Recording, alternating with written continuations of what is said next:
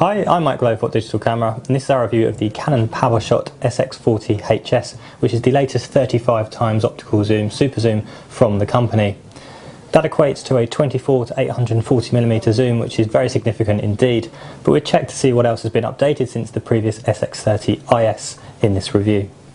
The biggest shift comes in the form of the SX40's new backlit 1/2.3 inch CMOS sensor.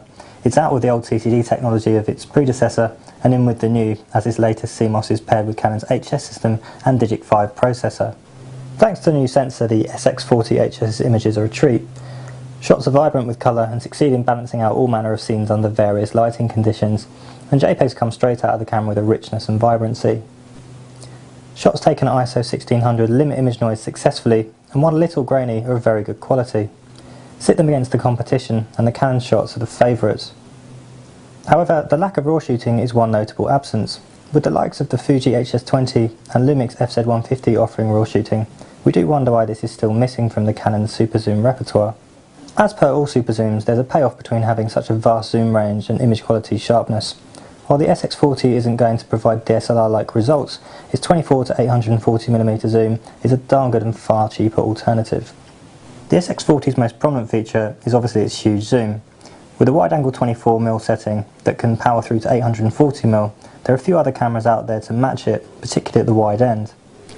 As well as this, there's a 10.3 frames per second burst mode which can capture up to 8 shots in one high-speed burst at full resolution. However, this can only be accessed through the scene options here. If you want to use the burst mode in any of the other modes, it's capped off at 2.4 frames per second, so perhaps needs to be taken with a pinch of salt as it's not quite as fast as it may seem in all circumstances.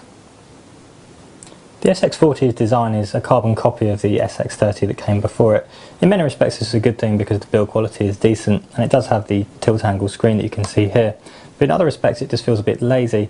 The screen itself is only 2.7 inches in size, which feels a little bit dated, so it's perhaps a bit of a shame that Canon didn't put some more effort into changing and upgrading some of the features of the camera.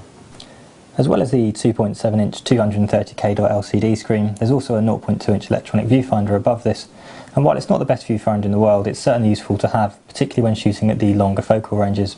And above that again, underneath this plastic casing, there's a hot shoe fitting, so you can add an external flash should you so wish.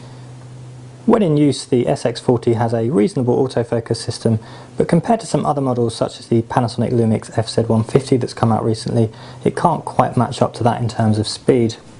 The SX40 is available for around £460, so it's certainly not a cheap camera, but it's got a lot of positives going for it.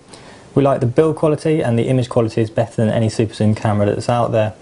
It also performs pretty well, but it perhaps doesn't stand up to some of the competition such as the Panasonic Lumix FZ150, even though this Canon has a larger zoom at 24 to 840mm. It's a shame perhaps that Canon hasn't added more provisions over the previous SX30 model, but for what it is, this is one of the best super zooms that you can buy, and overall we gave it 88% and our recommended award.